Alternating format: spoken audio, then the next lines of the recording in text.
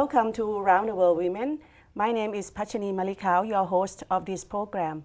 Today I have a guest who is an American, a well-traveled one. She graduated from Cornell University. She has given English conversation lessons for about 20 years. I would like to introduce you to Rae Selig. Hi, Rae. Hello. It's Nice to very meet you. Nice to be here. Thanks for your time to our studio today. You have given English conversation lessons free of charge for international women for 20 years. I wouldn't say they were lessons because it wasn't a formal school, but we've talked mightily for many hours together, and insofar as I've corrected their English, maybe they learned a few things, but mostly it's been companionship and exchange that's been the order of our agenda. Oh, that's very interesting. So let's talk back about your experiences with the international people when you were young first, before we come back to your service to Around the World Women. What did you do when you were young in terms of international experiences? I could even say that my education with international events turned in kindergarten, because in my town, probably there were at least 30% of my kindergarten class whose parents were German and whose home language was German. So I have always been aware of people's cultural differences and language differences. And that time you lived in New Jersey? New Jersey, not far, I suppose, from the meeting place, the place where people came. And it was just a very comfortable town, and it was very nice. And in fact, it's grown more intercultural over the years. I returned there for my 50th high school reunion, and now there are 43 languages taught in that school system. Oh, that's interesting. So it has become a very international community, like the rest of the country. Wow, and that inspired you to travel since you were 15? Yes. Tell me about it. When I was 15, I went to Scotland with my father. My father and mother were Scots. And my father was between jobs, and he had the chance to go home and visit family. And he took me. It was an unbelievable experience. They lived in a town that had been badly hit by the Blitz. And so when we went to my father's school, it was not there anymore. When we went to his house, it was not there anymore. But there were wonderful, wonderful family members who took me under their wing, who introduced me to all manner of Scottish culture. Even, for example, a cousin took me to a rehearsal of the Glasgow Orpheus Choir, a very distinguished music group, and it was enormously impressive to me. And it was a totally extraordinary visit that was everlasting. I see. I always apprecited their That's the first time. kindness. Always a good impression counts, right? Oh, certainly it does. And they And did that. since then, you travel wide and far. You've been to East Asia. You've been to South Africa. Yes. You've been to South and America. Central America. Wow. Tell me about that. Well, that's largely on the coattails of my husband. He is a professor. He's now retired, but he's a professor of civil engineering, and his work, conferences, and meetings have taken us all over the world. And I'm an at-home mother, so I was never encumbered by having to make arrangements about getting away from work, and I have enjoyed those visits immensely. They're You had like sabbatical leaves? Sabbatical leaves. Yes, We had 3 times. 3. Yeah. Tell me, yeah. One about at, that? well, Yeah. always at the end of a sabbatical or at the other side of a sabbatical is a host. And in every case, we've had wonderful hosts. We had we lived in Lexington when we went to MIT, and one of the professor's wives lived there, and she was just very gracious at introducing me to things in the town. For example, she took me to a town meeting, and her book club, and the League of Women Voters, and other active groups that she was part of. Interesting. Lexington is a town of American liberty? Yes. Tell me a little bit about that. Well, it was the town where the beginning of the revolution traveled, and they went on to battle just not many miles away. So it's and in fact, the year that we were there, it was a centennial year. So there were special events. There was parade, and there was we even got stamped with for our children with the day on the postage stamp. How nice. There were we went to our children went to see the U.S. Constitution. We went to all sorts of public Great place museums to learn about history. Boston is a very good place. And how about your trip to Greece?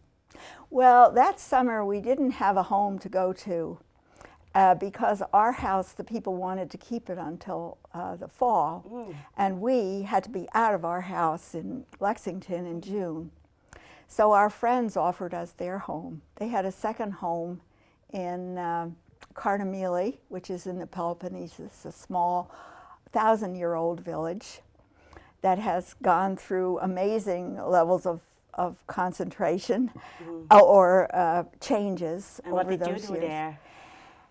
And we toured around the area. We hiked a lot. We went to the Olympia, and our children ran on the real Olympic track, or patch of ground, rather, I should say. You must love it very much. You published a book, or I four did. copies of Four a book. copies of a book for our child. Tell me about that. Well, it was just a collection. All families collect photos, and I was thinking it would be a good thing for our children to know about how their youth was, and so I told the story of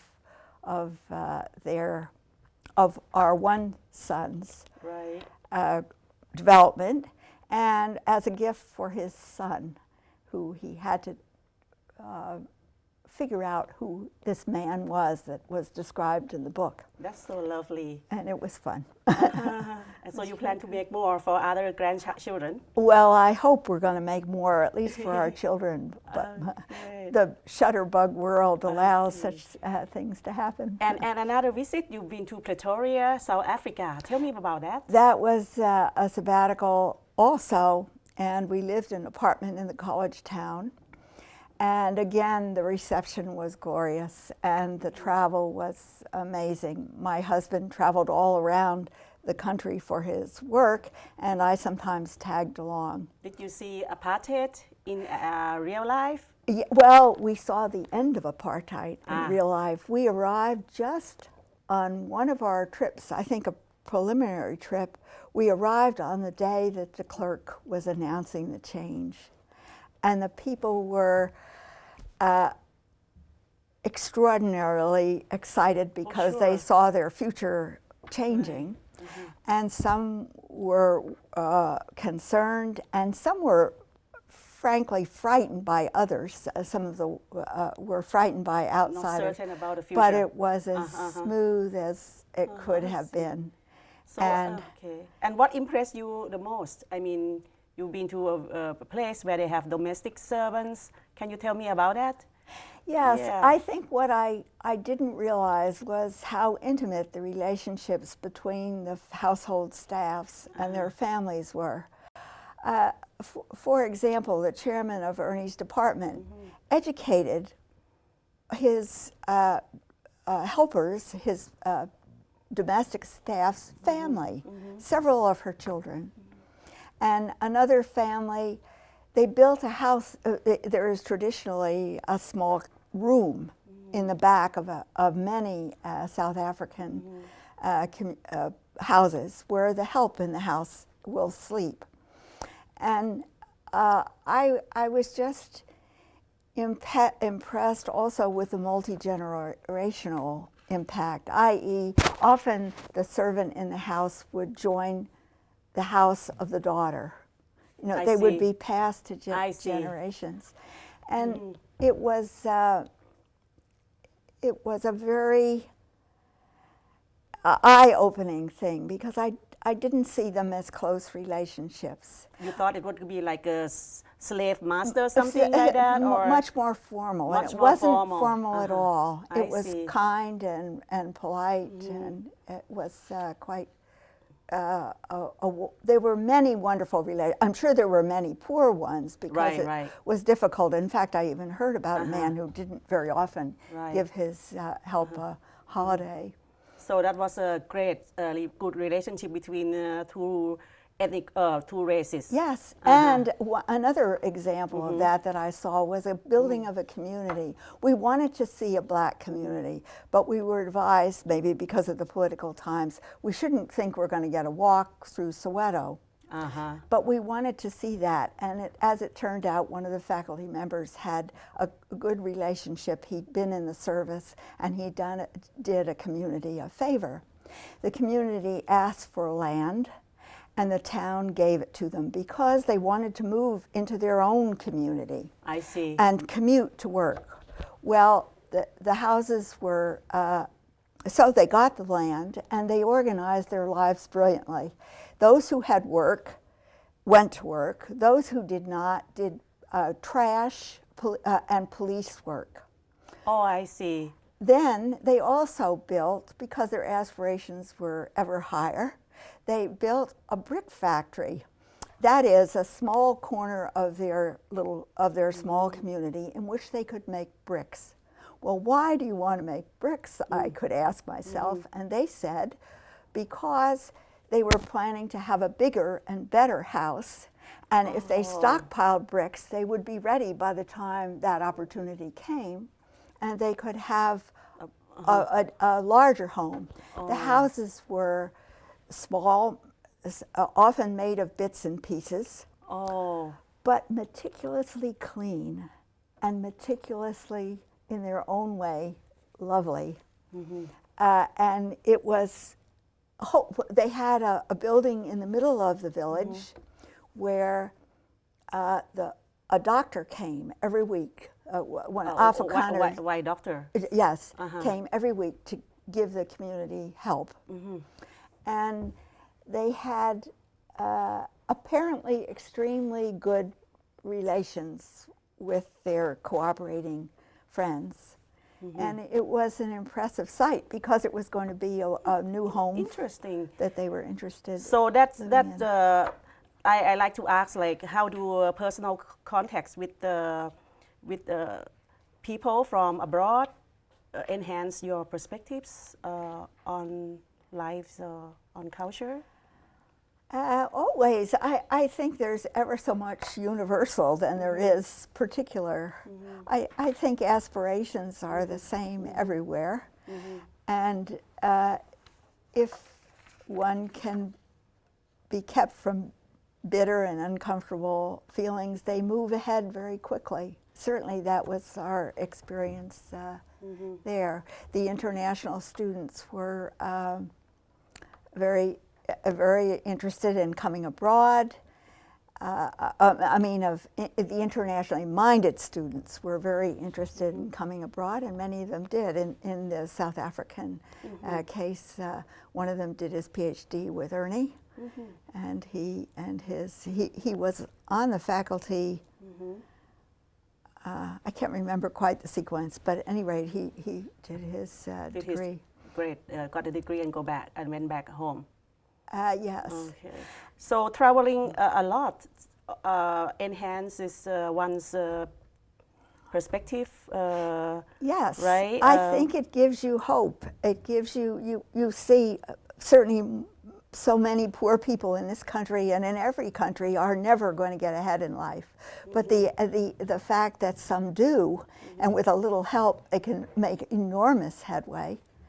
And this is a very good reason for... Very fortunate of you to have been around places. Extremely fortunate. That's We very found good. people gracious and wonderful and educated us, and it was in all regards good. So when did you come to Amherst? We came in 1978. We started our lives or our married lives in Chicago. My husband was a research institute member, and he got his PhD there and worked at the research institute. And what did you do there? I worked for a society of judges and lawyers called the American Judicature Society. It was down in the south end of Chicago, and it was devoted to the welfare of the judicial system. Oh, interesting. You got a degree in public administration or No, something like that? Government. Government. But I mostly learned on the job. Learned on the job. Yes. Great. And when you moved to Amherst, what did you do? You continue working, or No, I was a housewife. Our children were young, and I did not work outside the home. You are a Cornell graduate. Are you happy with being a homemaker? Oh, yes. Privileged. I could always travel when my husband was going someplace because I wasn't working, and I wasn't sad about not having work. Particularly, I had a choice, and rather that was the wonderful part of it, was having a choice. That's great. Yeah. That's great. So when did you get involved with Round the World Women then? Alice Swift asked me if I would be interested in having a group, and I did. And how did you learn to know her? Alice, yeah. I think through the university women, the faculty women's club. I think that was the way it was. You volunteer at one point to the Amherst Library? Yeah, no, at the Pelham Library. At the Pelham Library, I see. Yes, Okay. yes. Before you came. Right, before I found Round the World Women. I see. Yes, and just another community activity which I enjoy. So how did it get started, your conversation group? I invited them for tea, and Alice Swift went to the Round the World Women and announced the fact that I was having a group, and it would be a place to socialize and speak English. Wow. And work and on that English. was 20-some years ago. Yes. Yes. What did you do? Did you prepare your lessons, or you just make cake and make tea? Right. And talk. And the topics of conversation? Were everything. Everything. Absolutely everything. And how was the level of English? Amazing for some. For some, almost all of the women had English at school. And for almost all of them, it was just a matter of relaxing and not feeling someone was judging their English. I see. For how long have you had that? I mean, the length of the session? It was 2 hours every day. Every day, every tea and cake and every Friday. Talk. Yes. Every Friday morning. Yes. Tea and coffee. Tea and cake. And then chatting. Conversation. And how do you correct them, or how? Publicly. I mean, I'd just say, you say it this way, or say you could do it this way. And you were sure that they understood you. Yes. 100%, or? Yes. Yeah. And I think that they're very bright ladies, and they were wanting to, learn more English. And what did they do? Were they just a housewife, or they were scholars? A mix. Or what? Some were, yes.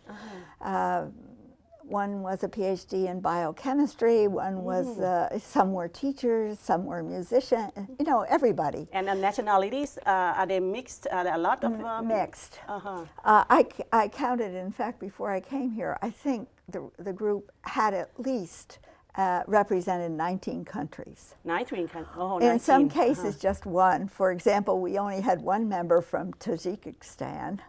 On the other hand, we had other, more members from some of the other countries. And the age range, are they children too, or? They were, generally speaking, young marrieds, had finished their education, and in fact, some of them had finished professional education as well.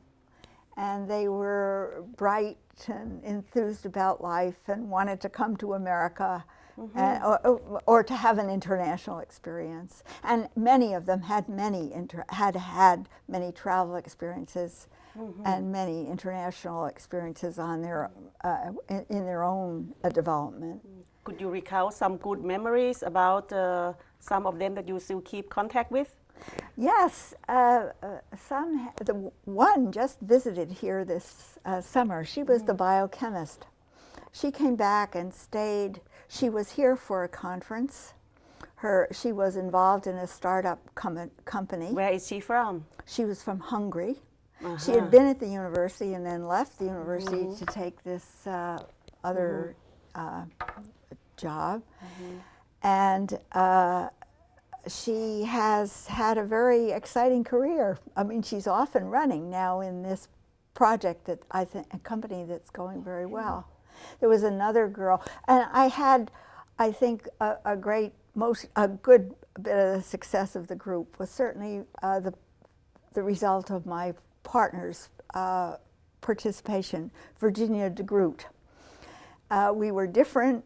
She was much younger than I. I was rather more the age of their moms, and she was more their contemporary, I think. And Virginia, where does she come from? Her ethnicity is Chinese. She was born in the West Indies, and she has lived in, her home is Canada. That's interesting. She went there to Canada. So she had that international background and comfort zone. And you went to visit her?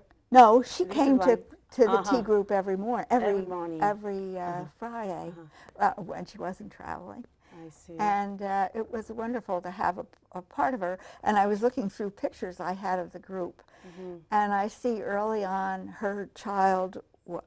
She had 2 children. One hadn't been born, and one was just a little tiny girl. Or hadn't been, neither of them had been born. And now one is a junior in college and one is in the workforce, has graduated from college. Time flies, so isn't it? It flies. And what does Virginia do in Canada? She still lives in Canada? No, she lives here. Her husband is on the faculty also of UMass. Okay. And they moved here. Oh, they moved to here. And yes, and we got to know her because her husband was hired by my husband. Oh, I see. So she moved. I see. We were together for a long time. I see. Well, so what did you learn from giving lessons to these international women? Everything, I think. I mean, it's just a very good experience. They're in every sense marvelous representatives of their country. They are alert and have goals for their children. They educate the ones that I've seen educate their children very well. They're wonderful parents. We had another one visit again. And it's interesting how this staying in the United States impacts their lives. The girl that came this couple of weeks ago came to the from Taiwan, came to the University of Arizona to visit her daughter, who's been studying there after she graduated from high school in Taiwan. And she brought her son with her to show him, and I suspect he'll end up coming to the States also to get some education. She has, since she left here, has become a professor. She's in the leisure services area, and she has done the appropriate training, and is having a wonderful career. That's wonderful. So you must be very proud that or most of your students, they all fly with colors, and they are successful and became some business women or scholars and everywhere, and they hold some good position somewhere in their own country. That's great. And if they're not, they're bringing up very well-educated children. I think they have every reason in the world to be proud of their lives. That's great. And I was proud to meet them. Why did you stop offering the classes then? I didn't stop offering, actually. I think the supply of students I didn't, because Alice didn't find any who were interested. And I think the issue became transportation, and some of them had gotten very good, interesting things at the library. Oh, they provide offer, also yes, the library lessons. provides also more structured conversation lessons, and that might have been what many of them needed or wanted. But I enjoyed it while it lasted, and I was really very happy to be part of the group. Wow, that's interesting. Yeah, and my last question: would you, if someone asked you again, Rae, would you like to host another International Women again? Would you do that? Yes, yes. I certainly would if I could. Wow, that's very kind. So no, well, I certainly never tired of it, and I enjoyed it, and it seemed to Virginia and I decided that it was was logical for it to fade away. So our feelings weren't hurt or anything like that. It was just good, and we would help again if we could. Okay, thank you so much for your contribution. I really appreciate your services to Round the World Women. And thank you for your interest.